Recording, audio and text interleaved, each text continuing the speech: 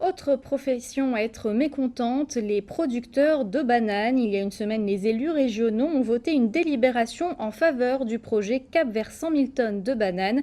Un objectif qui va permettre de favoriser l'installation de 40 jeunes et de créer environ 500 emplois. Pourtant, les producteurs ne sont pas pleinement satisfaits. Explication avec Karine Gelman.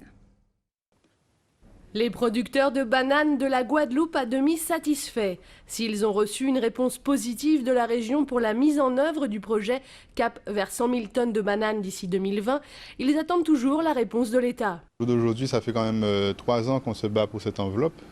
D'accord, donc la région s'est engagée, c'est déjà très bien. Donc maintenant, bien sûr, on attend cette réponse de l'État qui commence à devenir un peu qu'on attend vraiment avec impatience.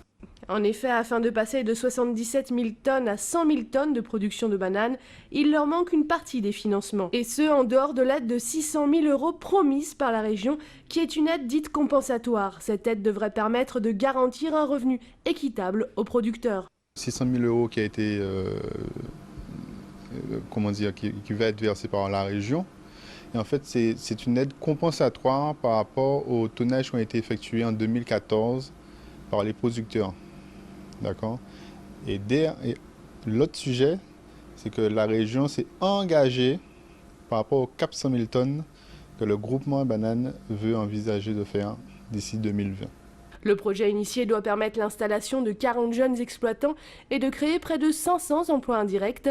Cette installation représente une masse salariale de près de 7 à 8 millions d'euros.